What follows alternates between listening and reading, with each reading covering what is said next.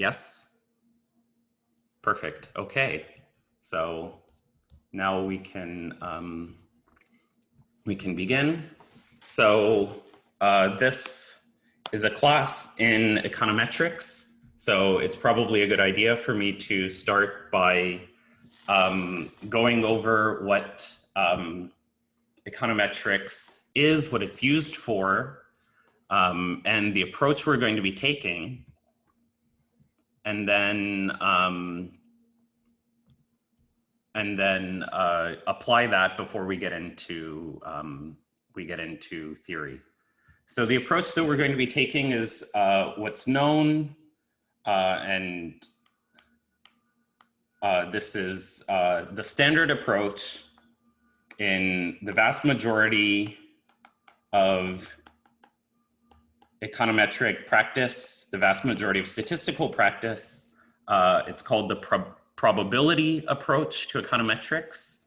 Now, this may seem sort of standard. So to think about how to do data analysis without probability seems kind of foreign to many of us nowadays. Sort of it's the way we're all introduced to data analysis.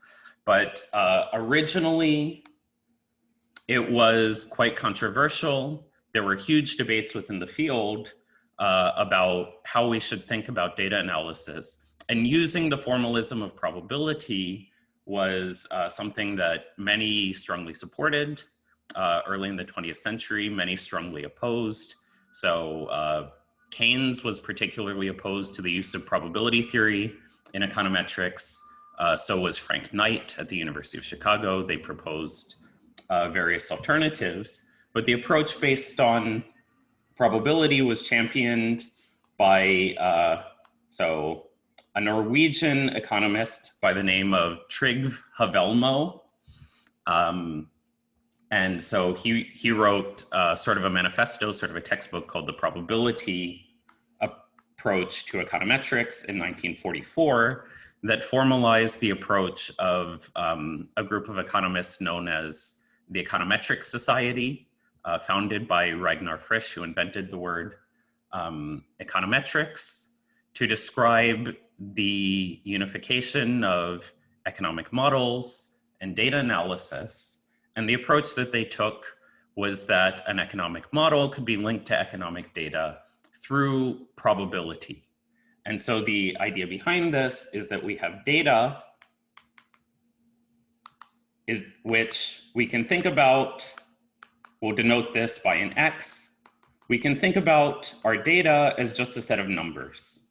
We'll index them 1 through n. The idea is that these might be individuals, they might be firms, they might be countries, they might be years.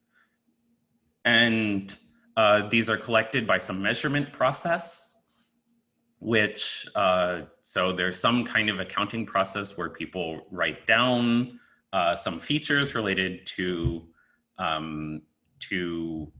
economic aspects of interest. These might be production, consumption, prices, quantities.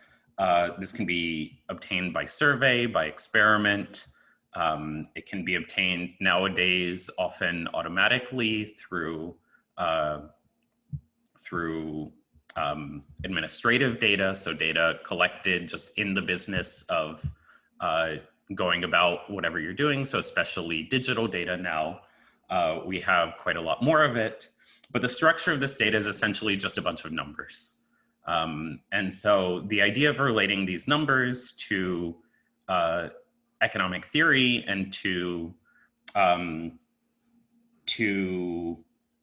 economic quantities that we might have in some abstract sense requires some way of mapping these two things together.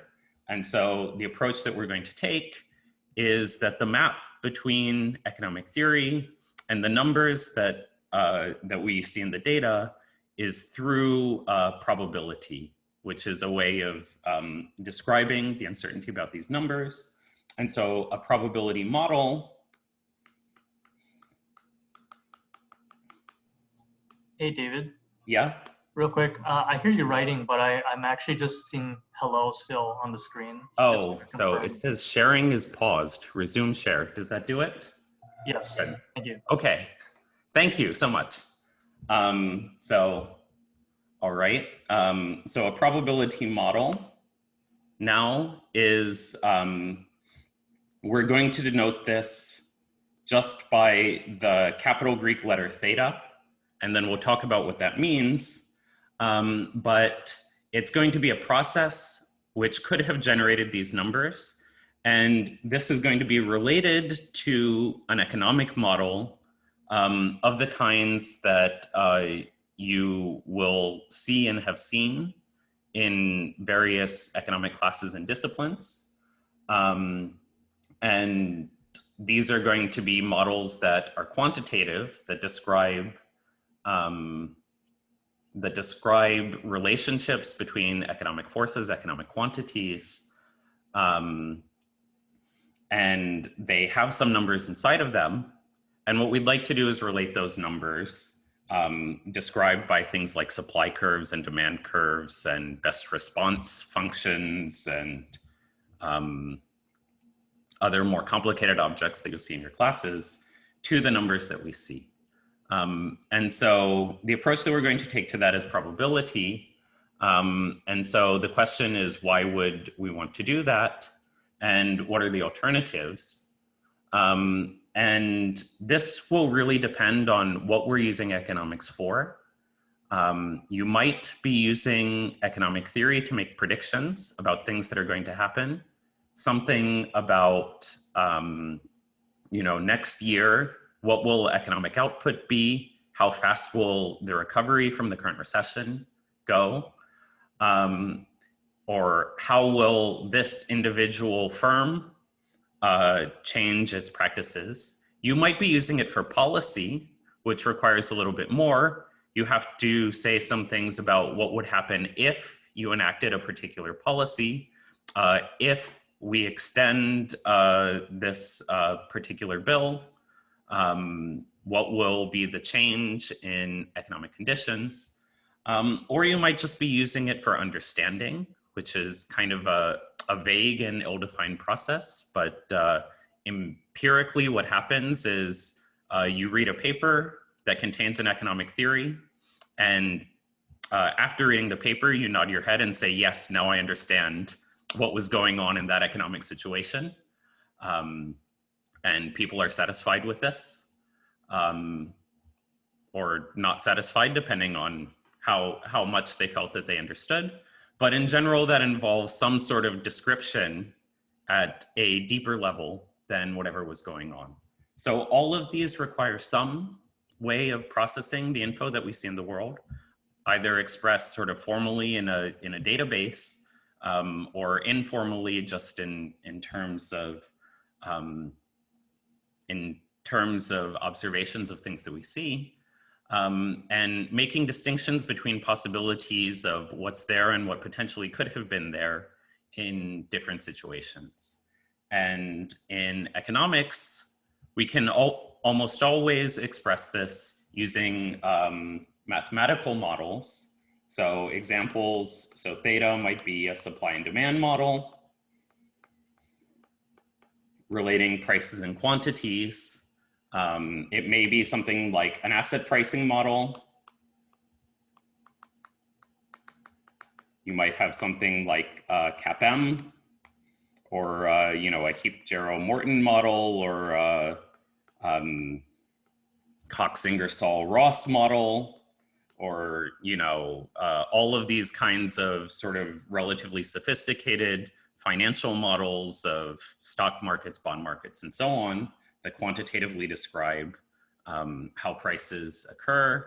They might be something like a macroeconomic model. So the area that I work in is quantitative macroeconomics, and I work in these models called dynamic stochastic general equilibrium models, abbreviated DSGE. These are probability models of the macroeconomy with some particular structure. It might be a game theory model, might be a contract theory model.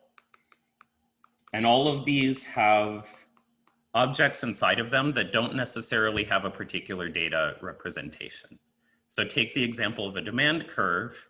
It's a relationship between prices and quantities. So a price and a quantity might be things that we might see in a data set, but the demand curve itself is not something that we directly observe. Even within the model of supply and demand, prices and quantities are related in a way where this is not simply, the demand curve is not simply the set of prices and quantities we observe. Instead, we observe the intersection of two curves. And so the prices and quantities that we see, although the model uniquely defines them, the demand curve itself is not uniquely defined by the data. And so we need to have some way of saying, even if we have a data set of prices and quantities, what kind of relationship might we have? So in some of these other models, it's even more complicated. In contract theory, there might be some sort of implicit promise that's being made that you'll never see a record of, but we'd still want to know what happens, what those implications are for data that we're going to see between the relationship between, say, a firm and a worker that they hire, or an executive and their shareholders, or say a government and their taxpayers, that are going to be defined in terms of these models and in terms of some objects that maybe we can define in terms of data and some objects that we can't.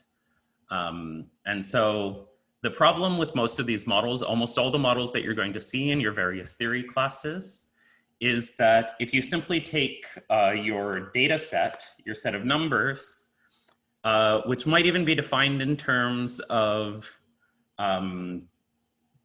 objects that have the same names as objects in your model. That's probably why you wrote down the model, to relate it to some objects that you see in the data. So these might be prices and quantities. And you have a mathematical model that even gives you numbers in the same format as the numbers in your data. If you go and take most of these models and try and match the numbers produced in the model to the numbers produced in the data, you will find that there are values of the data that are simply, or combinations of values of the data that are simply impossible within the model. So almost every model that you write down simply cannot match exactly the things you see in the data. Models are somehow not complete, or not correct, or have some kind of gap between them and what you see. And so we need some way of matching the probability model, or matching the model, not necessarily probability model, matching the economic model to the data. And there are a variety of solutions here. I'm going to talk a little bit about what people do other than probability before we get into probability. So mapping model to data. So approach one. So simply avoid quantitative comparisons.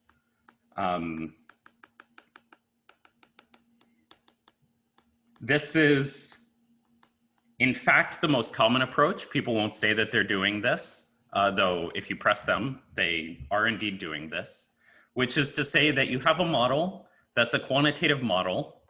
It produces a set of numbers, but you don't necessarily say that these numbers can or should be in any formal way related to numbers that we observe in the data. Descriptions of this process have been provided by quite a few economists. So they often describe this process for what a model is used for as analogy. So this is a paper by Gilboa et al. 2014. And the idea is that you see some things in the model, you relate them sort of qualitatively to things that you see. So we know, for example, in supply and demand that, so if a firm raises its price, the quantity that it sells will decrease. And that is,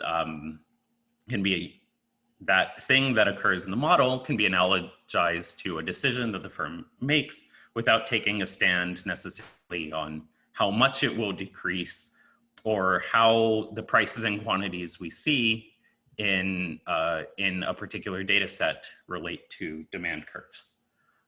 So that's one approach. The other approach, so especially if you're influencing policy, is economic models as rhetoric. The idea is that you're trying to convince someone of a point that's illustrated by the model. And so this is something where this model may not be a complete description of things that are going on. It may sort of emphasize a particular effect, a particular kind of structure that might exist. And the goal is to convince people that, you know, if this is something that maybe could happen, then you should consider it and potentially change your decisions. And so quite a bit of policy-focused economics is like this, and even a lot of quantitative economics, where you do have numbers. The numbers are there not to be matched to the data, they're there to illustrate and persuade. In a slightly more cynical approach, Ariel Rubinstein has a very nice book. You should probably all read it like the summer after your first year, since it goes over many of the models that you see in a first year economics class, which is that part of the goal of writing down an economic model is to tell a story. So this is related also to economics as narrative. So Bob Schiller, I want to say this book either came out 2019, 2020, is a very recent book on economic narratives. And the idea is that your model might contain not just sort of something simpler than reality, but might tell a story which contains aspects that are not there, that you won't see, designed to tell a cohesive structure of the way different things could fit together. And there are parts of this which are purely fanciful, that are purely there to enhance the cohesiveness so that you sort of understand a story of what might be going on, even if it's not necessarily, even if not every aspect of that story is something that we'll see. And so the Rubinstein book goes through, for example, the general equilibrium model that you'll probably all see in the first year of your program. It goes through game theory models and sort of elucidates some of the story aspects of those. And I think this is a valuable perspective because quite a lot of economics is not based on econometrics. It is quantitative. And thinking about what you're doing with these, there is a lot of value in telling stories and persuading people and providing analogies. Nevertheless, that's not what we're doing in this class. So how do we get more formal about comparison? So one approach. So the numbers in the model aren't right in the sense of being exactly the same as the numbers in the data. What we can do is we can think about approximation. And so define a metric between data and model. And so there's various ways of doing that. We can say a model is better or worse in various ways. The difference between this and the previous approaches is that we have a particular number that tells us. So this might be, for example, if the model produces numbers, this might be something like the Euclidean distance between the numbers that we see in the model, the numbers that we see in the data. This might be some sort of weighted mapping. This might be some very complicated function that describes them. But the idea is that we have a particular objective in the quality of the model, and we'd like to match that and make it fit as closely as possible. And And that allows us to, for example, compare models in terms of quality of the approximation once we specify particular approximation. We're going to be doing some of that. We'll talk about various measures. We're also going to work on expanding models to allow variability. And so the idea behind this is that we incorporate some features of the model which represent not just the things that we know and can describe, but also the things that we don't know. And so the idea is that by incorporating these components, we say, here are the things we know, and then we're formal that there exist things we don't know, and we can put some structure on them. And what that will allow us to do is say, even though the things we know don't exactly fit the things we see in the data, our model can match the data in the sense that we can decompose the data that we see into the things we know and the things we don't know. And so the tool for 2 and 3 in this class is probability theory. What it is a map from, or a description of not just a single set of points, but a description of all possible data points that a model could produce. And so it says that within the domain of this probability distribution, all kinds of things could happen. And so rather than predicting a single number or a single set of numbers, it predicts potentially arbitrary sets of numbers. But what it does is it gives a weight to those numbers. It says that if we believe these models, some configurations are, we will say, probable, and some configurations are improbable. And so this provides a metric or a distance for approximation that allows us to say, here are the things that, if we believe this theory, are more or less consistent with it.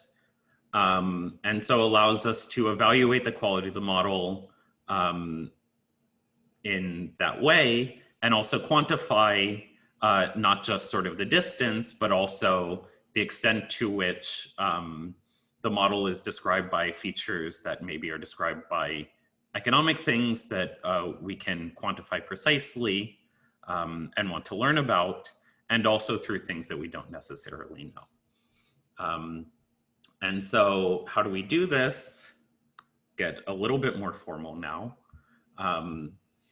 So the economic model is going to be a way of relating things that we care about called parameters. So theta is how we're going to note this model.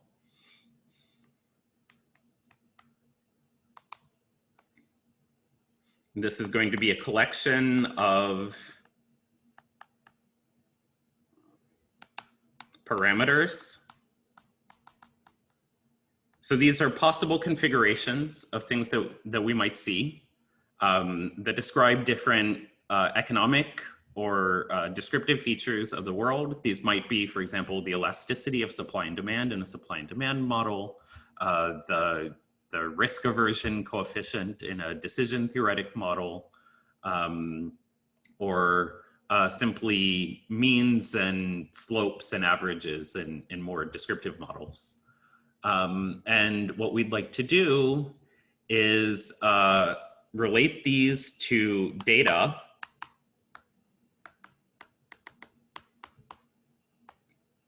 and the way that we're going to relate these is through functions of the data called statistics. And so a statistic is simply defined as a function of the data. And so what we'd like to do is, transform the data into a statistic to tell us something about the parameters of the model. And the framework that we're going to use for that is probability. And in particular in this class, it's going to be the frequentist approach to probability. So what this does is we map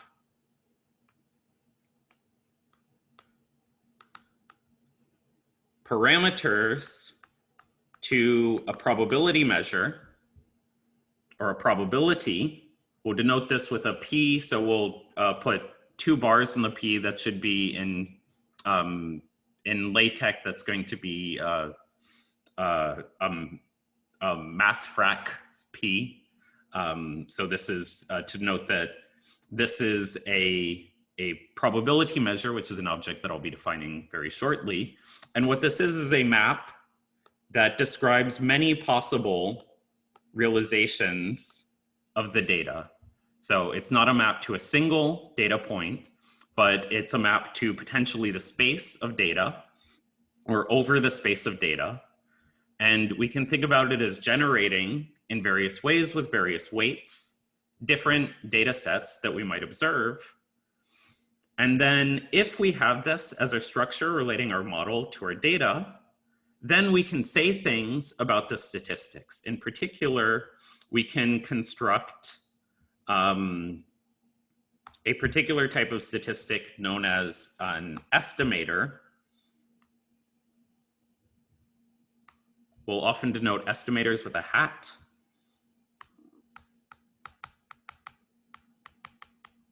And what this is a statistic, a function of the data, which is designed to, under a probability model, given what we think about probability, to tell us something about the parameters.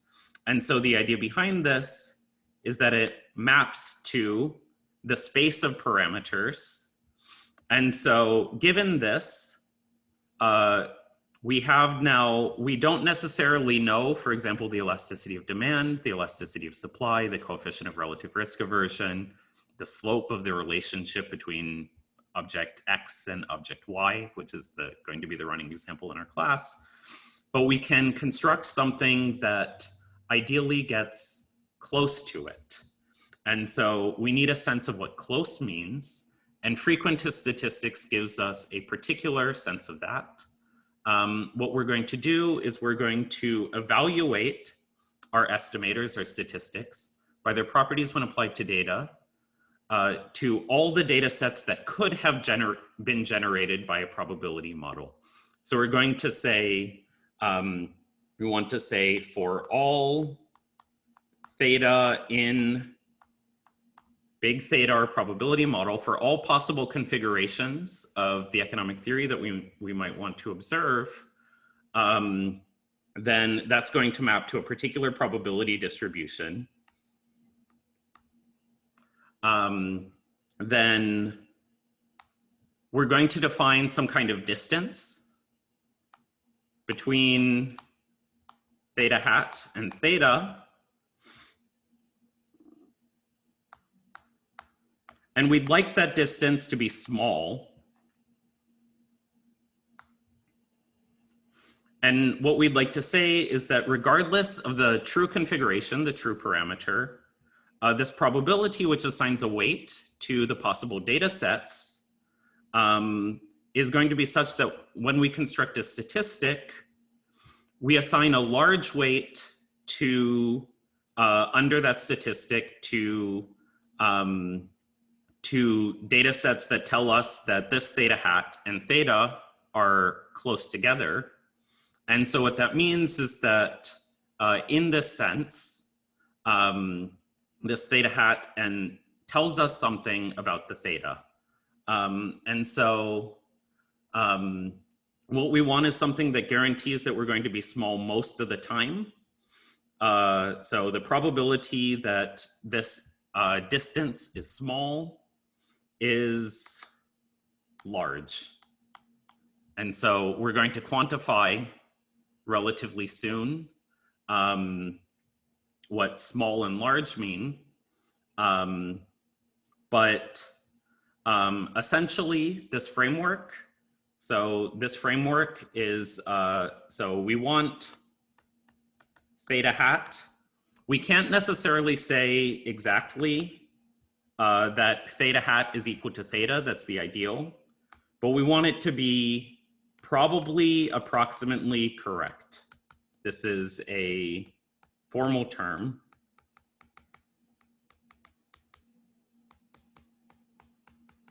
And it's saying that with we assign high probability weight to values of theta. We have a procedure that assigns high probability weight to theta hat, and theta not being exactly correct, but being approximately correct, so having a small distance.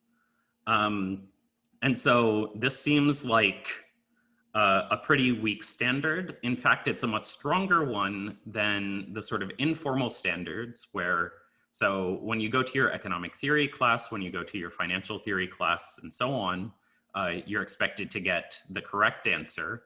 But those are going to be correct answers only inside the context of an economic model. You're relating features within an economic model to features within, to other features within the model. And you're making no claims whatsoever about relationship to data or things that we see in the world.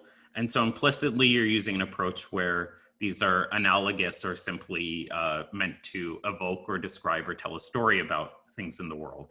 And so you're very precise within the model and very imprecise outside of it. Here, we're making that imprecision a little bit more explicit. We're saying that we want, at least under some considerations, so we'll allow some approximation, we'll allow some chance of failure, but we'd like that approximation to be close and the chance of failure to be small. So that said, getting procedures which are probably approximately correct is in fact a higher standard than we're going to be putting ourselves to in mini one of this class. It turns out that saying exact things about probabilities is often very hard. So we'll do a little bit of it. So we're going to be dealing with even further approximations, which we're going to call asymptotics. So as data set size n goes to infinity, then we can say something about then approximate the probability distribution. And so what this does is what we're going to do is, so we'll replace this is large with is approximately large. So in the sense that we won't be able to know exactly what that number is, but we're going to approximate that number. And so we might say that our results are going to be not probably approximately correct, but approximately, probably, approximately correct. And we're going to be able to make these statements essentially only in the limit in cases where we have a lot of data. And so if you have quite a lot of data, then these approximations are going to be good, otherwise potentially not. And so the statements we're going to make is our results will be eventually, approximately, probably, approximately correct. And that's the standard to which we're going to hold ourselves. So getting correct answers when we're dealing with things in the real world is very hard. And so we have at least 4 qualifications to how close we're going to get to actually correct, which is the standard that all your other classes will probably try to hold you to. And that's because they're trying to solve much easier problems where you're only dealing with observations within a model, relationships within a model, and you're not relating it to decisions or decisions that you might actually end up making in any formal way, or data that you might actually end up observing. I should mention that, so this probability approach, it was controversial, and probably for good reason. Like the debates in the early 20th century were not simply because people were confused about what probability is and how it works, but there are some limitations to it. There are extensions, non-probabilistic methods. So I mentioned, so alternatives. So just mention some names: Keynes, Knight, David Blackwell had an approach which so sort of took the opposite approach to what you see in theoretical approaches where you're only dealing with inside the model. He had an approach that essentially only dealt with the data and only described relationships within data observations. I find that approach appealing. There are other approaches which choose maps other than a probability map. A probability map has a lot of very particular properties. And if you do study in decision theory, people will often talk about sort of alternatives to a probability map. But because we can only do so much in one class and we want to get formal about it, I'm essentially only going to be talking about probability and its particular properties. So in order to do that, I think behooves me to stop with the philosophy and start getting into pure math, at least to begin with. So before we start getting into probability proper, any questions on what we've gone over so far?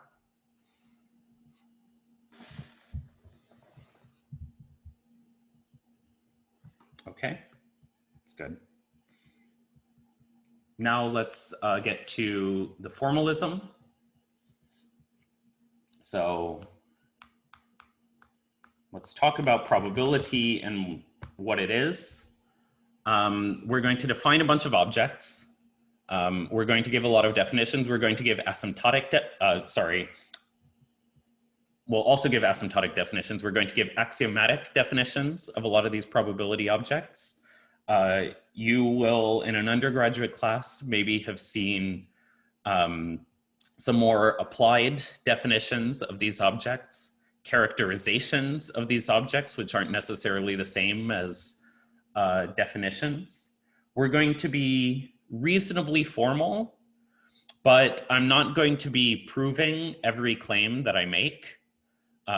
There's simply too much in probability theory to go over all of that. I will provide exact definitions, the theorems that follow from them. I will try to provide precise statements. Most of the proofs you can find in the Pollard textbook. I will give a few proofs of some of the cases where it's more enlightening to see how the proof relates to the object. And so we're going to talk about so probability as a collection of objects. So the most fundamental of which is is what's known as a probability triple.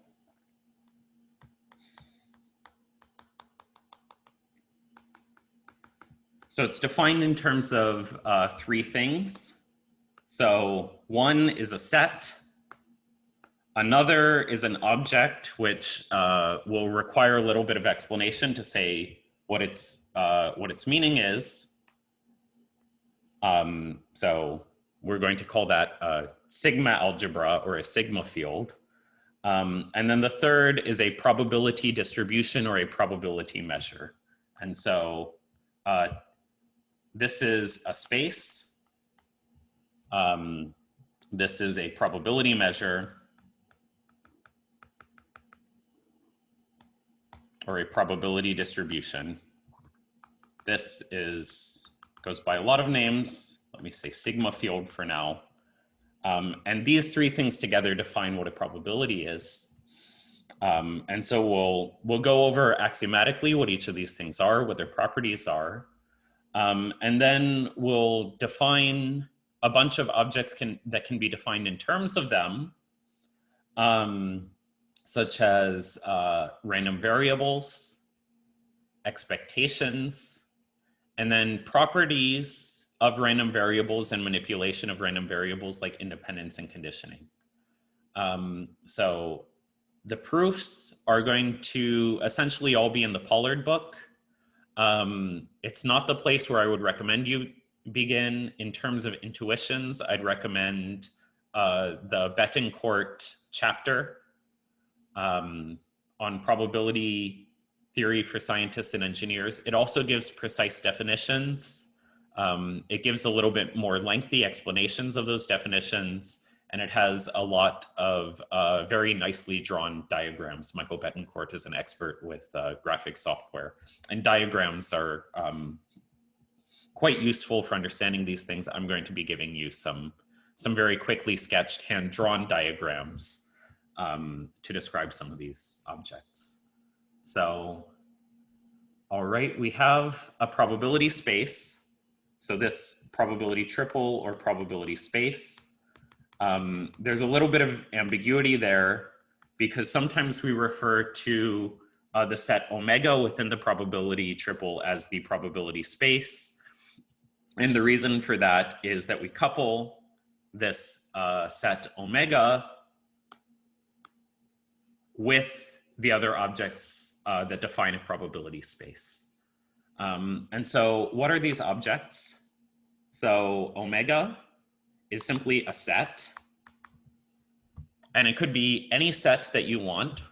To begin with, we're not going to make essentially any restrictions on what kind of set it's going to be. So as an example, it might be, so a set of some finite set of numbers like 0 and 1. It might be a set of more complicated objects, red, blue, green. They don't have to be numbers. They don't have to have, the objects inside the set don't have to have any particular property. It could be, so not necessarily, so a finite set. It could be the set of all integers. It could be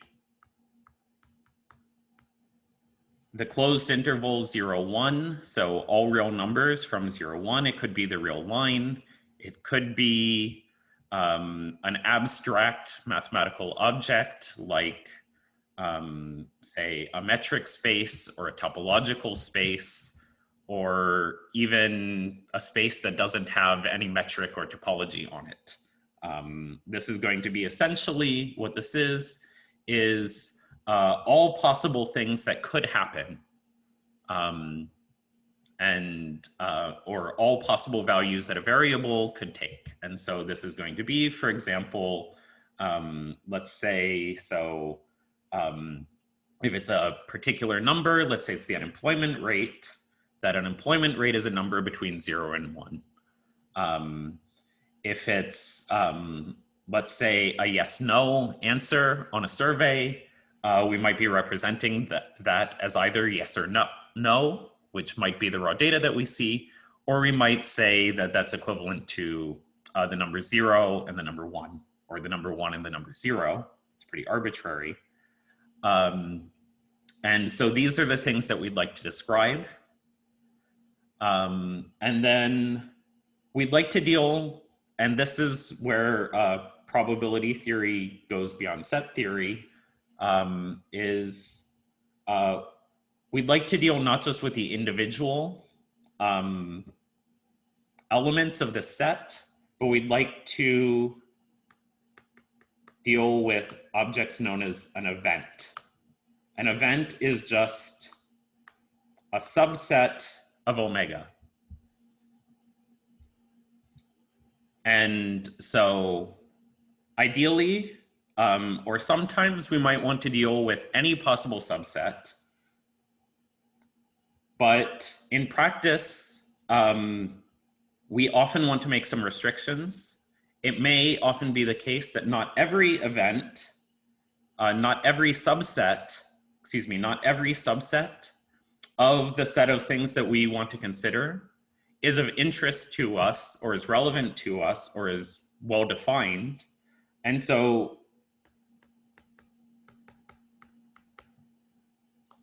we make an additional restriction, which is that it's a subset of omega such that A is in this object F, where F, which we call a sigma field, a sigma algebra, these are mathematical names, or which are certainly not particularly informative.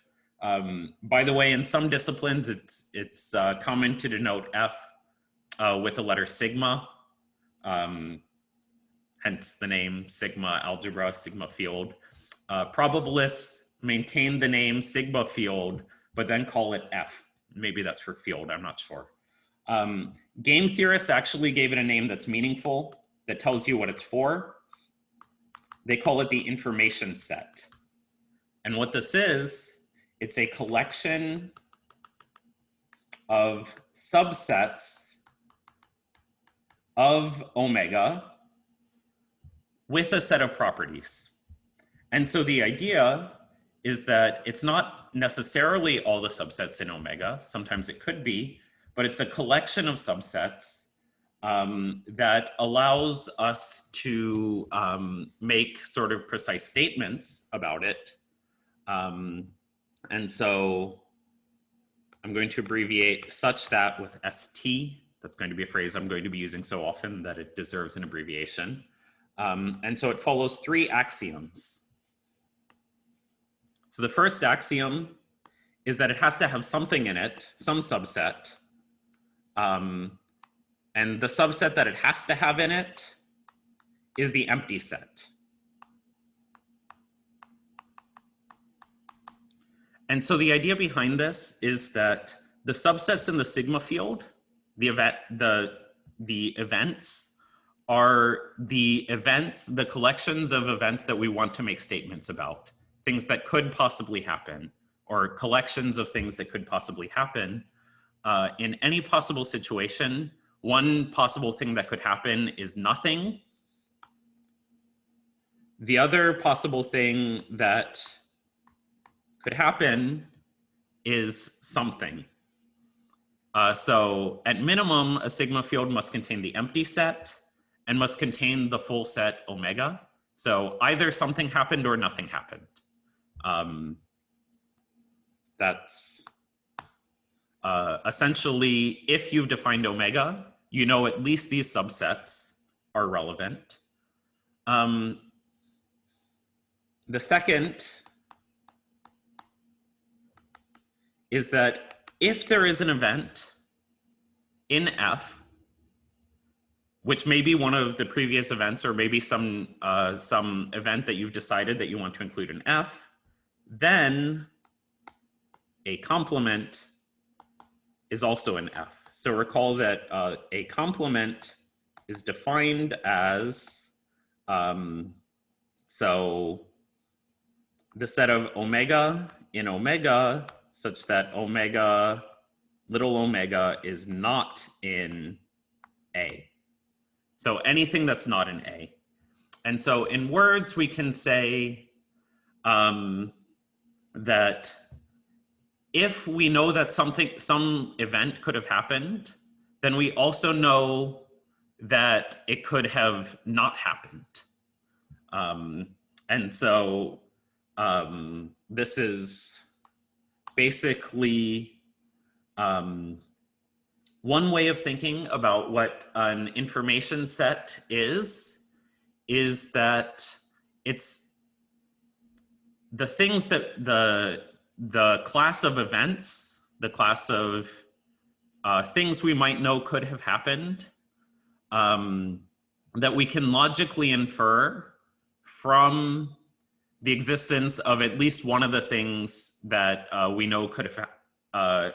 So if we know one thing could have happened, then potentially we can logically infer that some other things could have happened. And an example of that is that if we know event A happened, then we know that event not A didn't happen. Logicians sometimes call this the law of the excluded middle. It's saying that either something happened or it did not happen. And so this closure under complements is one feature. And then so an event A either happened or didn't happen. And then at minimum, we know that the set of all possible events, something could have happened. And so under this closure law, actually axiom 1 is redundant. You could either say the empty set or omega. And then the closure law would tell you that the other one is an element of the set. And now the third axiom is that if A1, A2, up through A infinity is a countable collection of events. So let's say we have more than one event and potentially a countably infinite number. So numbers that an amount that we can map to the integers, for example, in a one-to-one and onto fashion. In F, then their unions and intersections are in F. And so if we know that A happened, A1 happened, or A2 happened, then we know the event. So the union of those, so A1 or A2. So if A1, we know if A1 could have happened, we know if A2 could have happened, then we know if A1 or A2 could have happened. And so this is this union of AI is the set of omega in omega such that omega is in AI for some I. This is, we often draw this. So if this is A1, A2, let's use colors here. This is, so say A1, we denote this in red. A2, we denote this in blue. Sorry, A2 we denote in red, A2 we denote in blue. Then the union is this collection, anything here. The intersection, so we'll denote this whole thing, it's the union. The intersection is this purple area. This is, so we say that intersection, we denote this with a sort of a cup shape, AI is also in F, where intersection I of AI is the set of omega in omega such that omega is an AI for all I.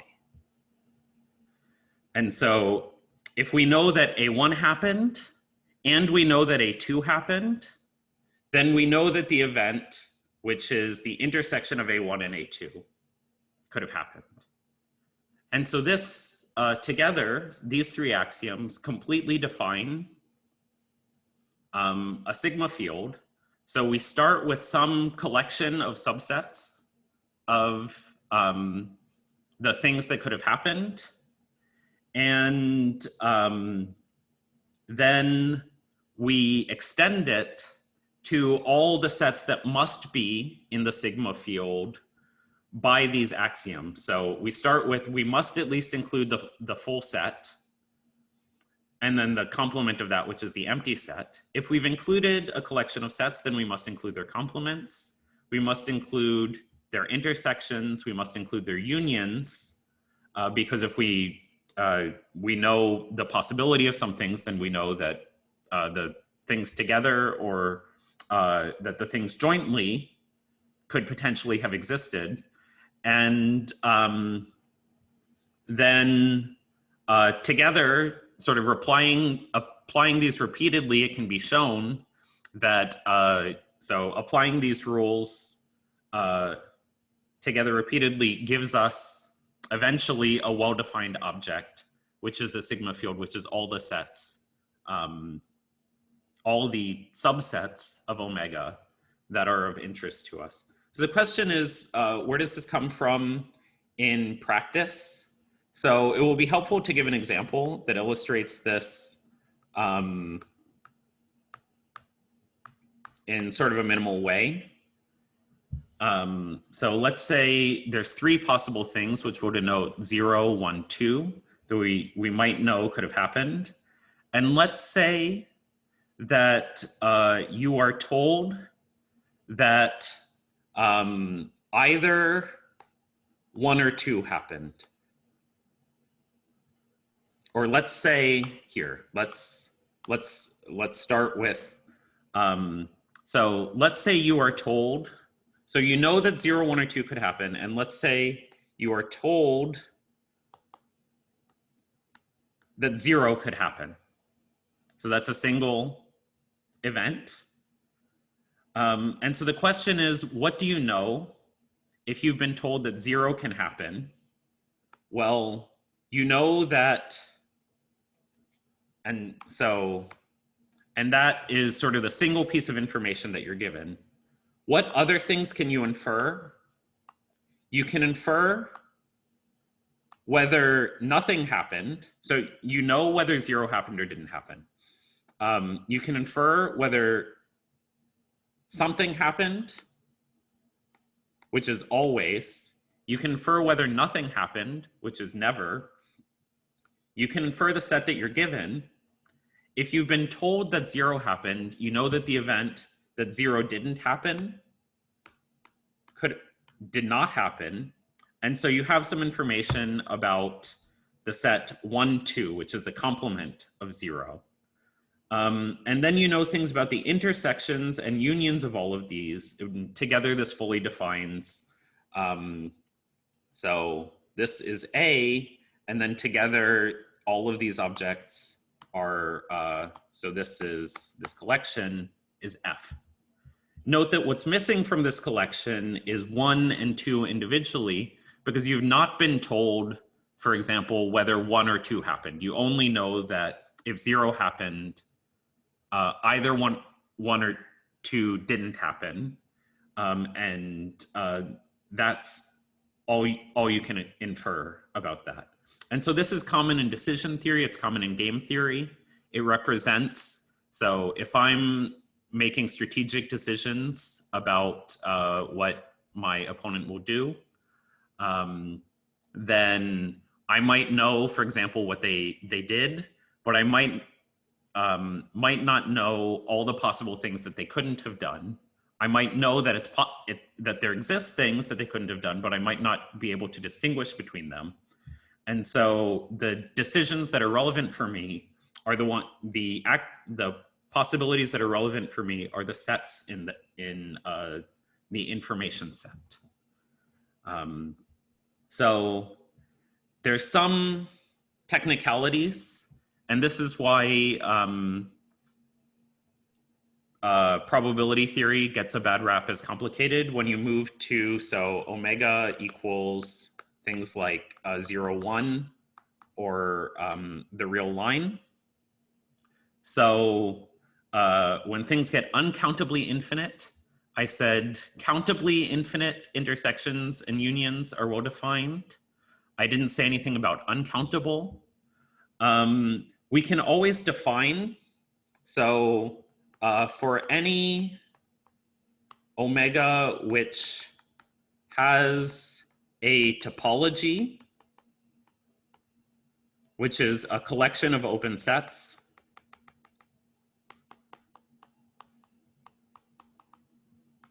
so on the real line, e.g., So the sets A, B are open sets in the standard topology on the real line. Then we can define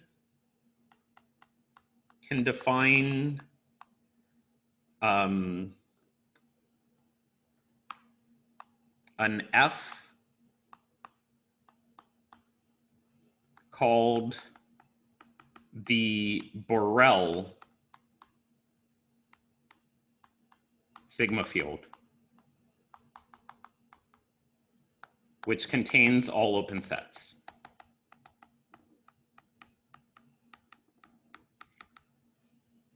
And so this is typically the one that we're going to work with, often sort of implicitly.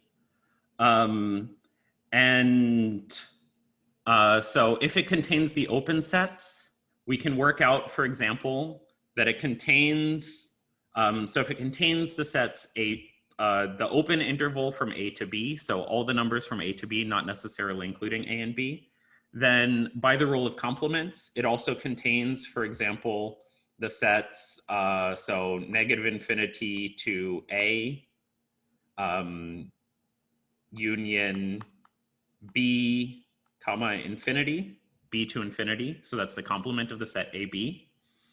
And so this union of half-closed intervals. But then we can, so we can extend this. And so we can take, for example, so a smaller A and a larger B and take the intersection and the union.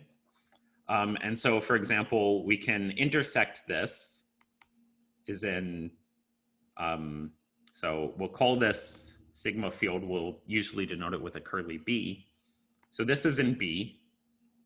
But then we can take the intersection of this with, say, some number between A and B, and then we get, for example, B comma C, which is the intersection of this set right here and the set, say, AC. If we intersect this with AC, this is also B. And so we've gone from the open intervals to the half open intervals. We can do that on the right side and get the closed intervals. And so the closed intervals, the half open intervals, and in fact, the unions, the intersections of all of these. And so the question is, this eventually gives us quite a lot of sets. So it gives us the singletons. We can take the intersection of, for example, A, B, and B. And so the singleton sets, for example, are in the Borel sigma algebra on the real line.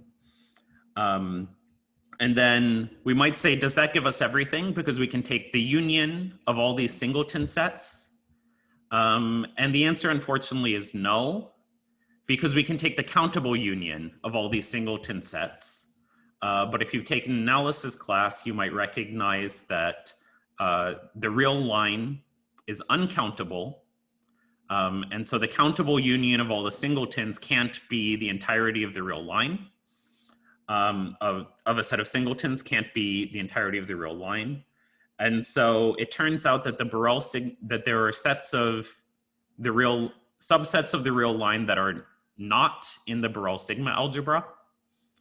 And some of these are reasonable. They're things that you can define with a mathematical construction. Some of these are very unreasonable in the sense that if you assume the axiom of choice, you can prove that there exist subsets which are, so you can prove that there exist subsets of the real line which are not in this, which are sort of not even constructible in terms of any sort of finite algorithm. These are kind of pathological. You'll never, working through an economic problem, you will in general never have to deal with these sets unless one of the steps in your economic problem is use the axiom of choice to define a collection of actions that this person might have taken. which probably your economic theory of what, you know, individuals or firms or the macroeconomy, whatever is doing, won't need to do that. Nevertheless, the reason that books on measure theory are hundreds of pages long is that they have very long sections on dealing with these kind of exceptions. For our purposes, we will never deal with these exceptions, and I'm not going to ever ask you anything about them. But so this is the reason that many measure theorists will say that we need to work with sigma algebras. I disagree with that. I think the reason we need to work with sigma algebras is the game theorist reason, which can be understood fully from this example right here with 3 elements of the set, which is that it's sometimes the case that the information set doesn't contain all the elements, all the individual elements. And so we might want to deal with some collections of subsets which are closed in this proper sense, that, you know, anything that we could logically infer is in there, but not necessarily things that we don't know. So it's a way of representing things that we don't know or don't want to deal with. Potentially, when we deal with infinities, some of these things that we don't know or don't want to deal with are very pathological and strange. Let's not get into that. If you want to get into that in detail, take a measure theory class where we're not going to do it. So that's sort of my warning. This is lots of economists have been exposed to measure theory when they started taking their econometrics classes in their PhD class, and they remember all of this stuff about non-countable, non-measurable sets defined by the axiom of choice. Recognize that there are complications when you start dealing with infinities, but for most practical purposes, you can essentially completely avoid that. But I just wanted to sort of flag that that is something potentially to be concerned with. Whenever we're dealing with continuous things like the real line, implicitly we can assume that we're working with the Borel sigma field, which is well defined and will be good enough for almost every purpose that we'll ever want to deal with. And so we can just ignore that. In principle, it might be leaving things out, but not things that you would ever really care about. So I've gotten through the first 2 parts of a probability space, which is the space omega. So let's omega F. And now let's get to the third one, which is a probability. And so we're going to generalize a little bit. We're going to go from P to mu. And so this is this triple we're going to call a measure space. And it has a set, a collection of subsets of that set, and then a third object, which is a measure. And so a measure, mu, is a map from F to the real line. In fact, it's the positive component of the real line. And so what this is we can think about it just like, in some ways, the informal concept of a measure. We can think, for example, the length, the distance is a measure, the area of an object is a measure, and we can generalize this, the volume is a measure in 3 dimensions and so on. We can also generalize this more abstractly and define a measure in terms of a set of axioms. And so the axioms or definition of a measure. So axiom 1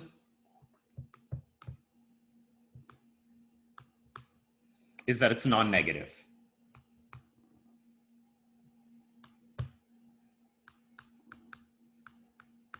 And so here I'm using this notation, this upside down A means for all. So for every A in our sigma field, which is the domain of our measure, it produces a non-negative number.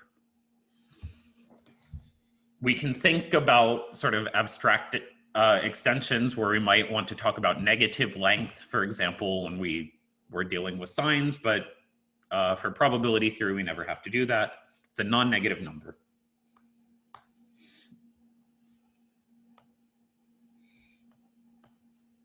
Now, we know that the empty set is always in our sigma algebra by the definition.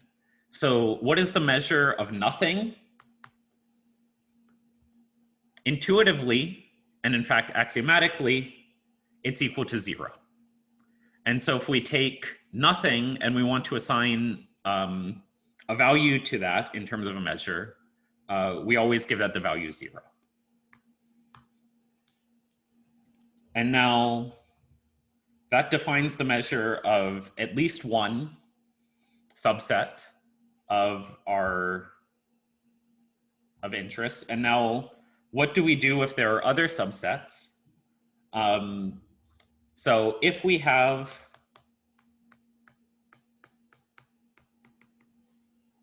a infinity, again, a countable collection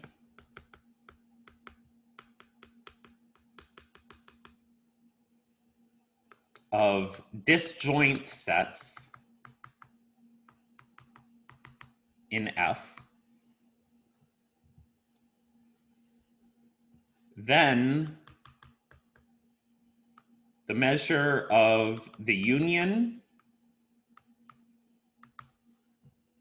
of these AIs is equal to, and recall that the union of these AIs, which are in F, must also be in F by the union axiom of a sigma field. So we know that if these are all in the set, then their union must be as well. And then we can define the measure as just the sum of the measures of the individual sets. Now, notice I use this word disjoint. So AI I equals 1 to infinity are disjoint if AI intersection AJ equals the empty set for all I and J. So for all I not equal to J. So if you take any two distinct sets, there are no points in common between them. And so this is saying that, so we don't want to make any statements about the overlapping sets, but if we take some number of non-overlapping sets and we take the measure of one and we take the measure of the other, if we take the union of those sets, then the measure of the union is equal to the sum of the measures. And so, for example, let's say we have the real line again, and then let's say, so this is the real line, representation of the real line. Let's say we have the set closed interval, open interval, whatever. And let's say we assign to this a length, which we're going to give B as B minus A. And so potentially we can do that. In fact, this is the measure defined by this has a name. And it's a common one. It corresponds to just length.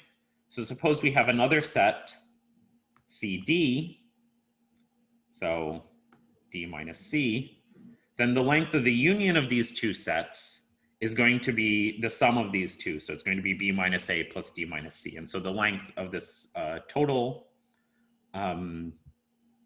set is going to be the sum of those two. Now, if we have some overlapping sets, so suppose we include, say, E and F here, and there's some measure of E and F, which is like F minus E, then it seems like this axiom doesn't tell us what the measure of the set is, but we can combine this with the sigma field axioms, which tell us that intersections and unions are elements of the sigma algebra. And so the intersection of these sets is this half open interval A to F. And so that must be in the sigma algebra. And then the complement of that within, so this E to A must be in the sigma algebra, and F to B must be in the sigma algebra. And so together, so by the sigma algebra axioms, each of these three subsets of this intersection right here is an element of the set. And then if we can define a measure to each of these, which we can just define as the length, so A minus E, F minus A, B minus F, we can sum these up. And so the length of this full thing will indeed correspond to adding these up together, B minus E, which is just the length of these. And so we see that what this does is it ensures self-consistency. So together, the measure axioms and the sigma field axioms tell us that a measure has the properties that we would think it does, that if we take the union of these sets, we add them together. If we take the intersection of the sets, then that exists, and then we can split it up into the intersection and just add the components. Notice that, so on the real line, these measures could be arbitrary. If we extend this all the way out to infinity, a measure could be infinite, infinitely long subset of this. And so we'd like to make a restriction to deal with a more abstract case, which is a probability measure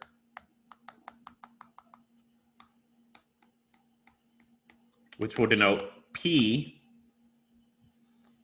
is a measure, so it satisfies the three measure axioms, such that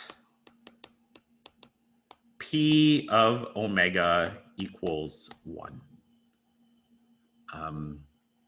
And so what this is it defines an abstract weight on subsets that, so because any subset of omega, the measure of that subset and its complement, which must exist, are disjoint and they add up to omega. The sum of any of those two elements must be omega, and so the sum, and so their measures must be which by measure axiom 1, which is that they're non-negative, their measures must be between 0 and 1, and their measures must add up to 1. And so all probabilities are numbers between 0 and 1. They assign a probability 1 to anything happening. By axiom 2, the probability of nothing happening is 0. Together these define over events a weighting scheme that assigns larger numbers to events which are more probable, more likely, more important, that's self-consistent in the sense that everything, so if we split an event up, the probabilities of those events add up to our probability. And so this is the object that we'll deal with to assign our weightings to different possibilities when we get to statistics, probably 2 weeks from now, or a week and a half from now. We'll start thinking about probabilities over data. In order to do that, we'll have to handle random variables. So relating probabilities not just over a set, but relating multiple sets. So if we have several numbers and some relationships between them, we will want to describe how probability interacts with that. And so a random variable,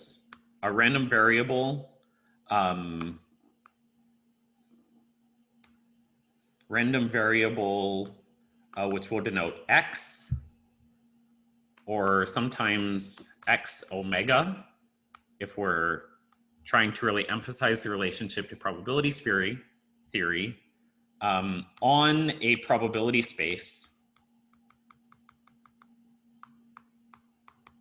omega is a function from omega to x, where x is a set. And so that's omega is the domain,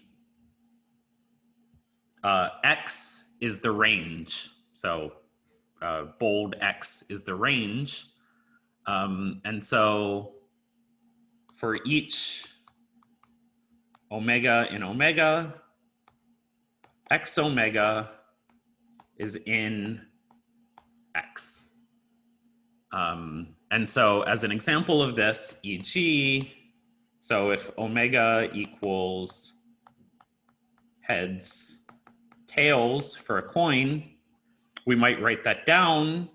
So x omega, we might write x as, we might write that down as 1 if omega equals heads, 0 if omega equals tails. And so that's a correspondence between the probability space, which is defined in terms of heads and tails, and another space, the set of the numbers 0, 1, which is a somewhat different space, but we have a mapping between that, and that mapping is the random variable. And so we'd like to map between these, and so we define a sigma field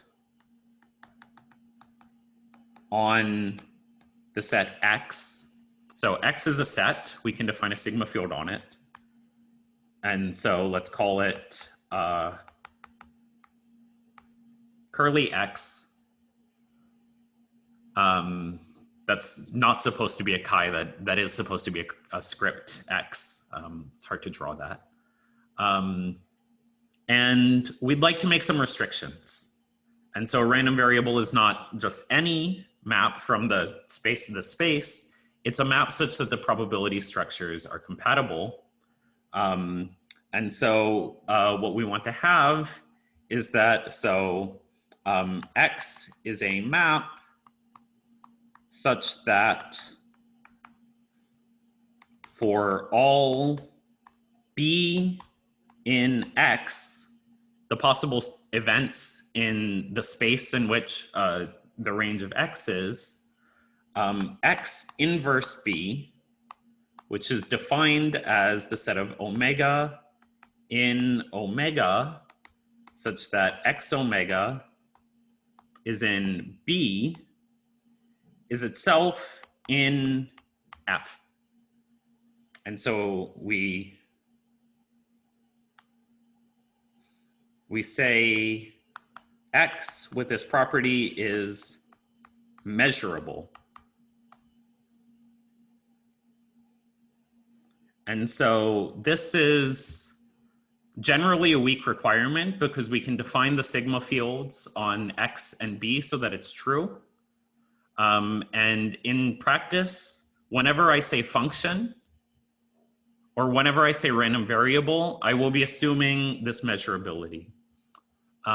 In principle, so for example, if we define the sigma field on 1, 0 as just a set of all subsets, then so 1, 0, union 0, 1, the empty set.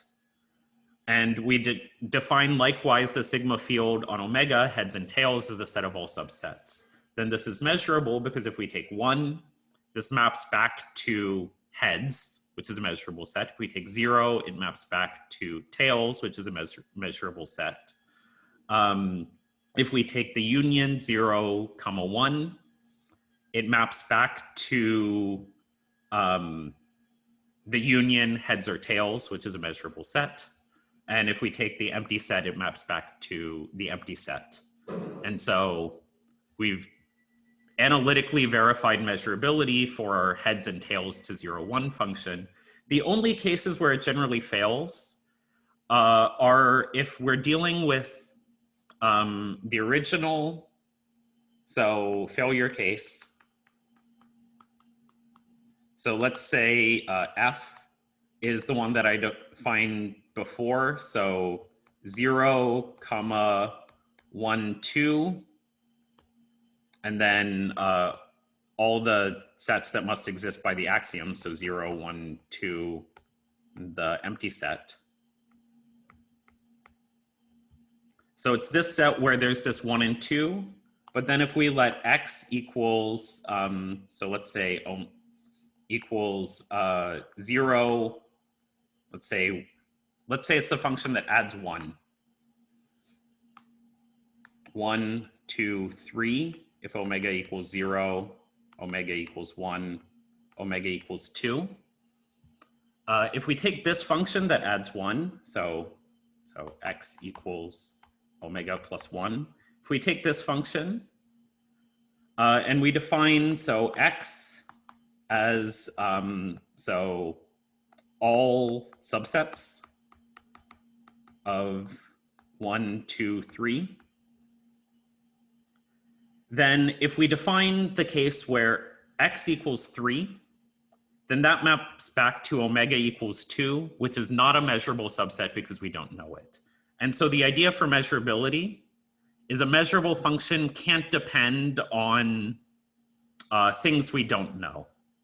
And so not measurable.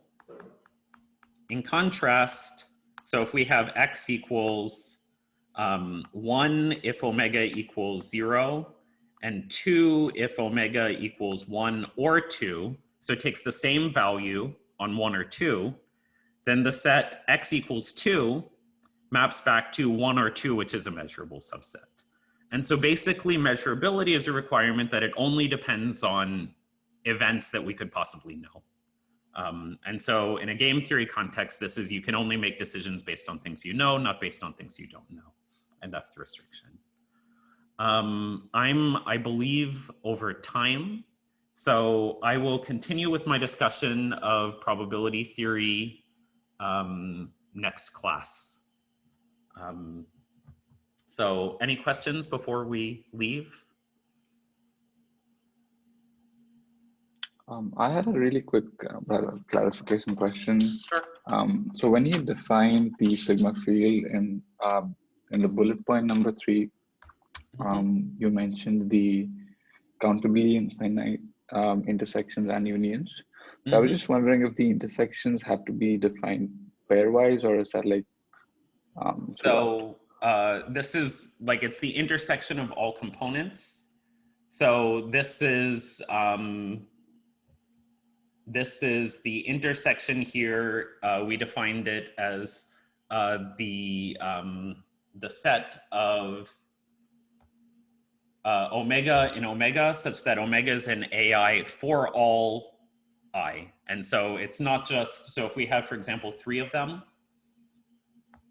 so 3 sets. So if we add another set here, so A3, then the intersection of these 3 sets is this area right here. So it's the points that are in all of them. Now, of course, we could always take just the 2. We could take the intersection of a pair if they're in the set. And so that, you know, this original component, this original intersection of just the 2 is also in the sigma field. But this is saying that also the sort of 3 and 4 and countable way intersections are also in the set. I see. Isn't this like a stricter definition than pairwise? Yes. Okay. Thank you.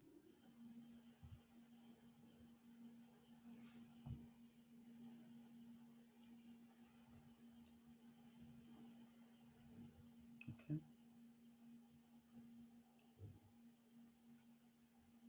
All right. So with that, I think we can conclude. If you have any questions, email me, post about it, anything administrative, anything about the class. So assignments won't come until next week or later. So there's nothing that you have to do right now. Though you may want to start reading that Betancourt introduction so that you can follow what it is that I've been saying. And we'll continue with this next class.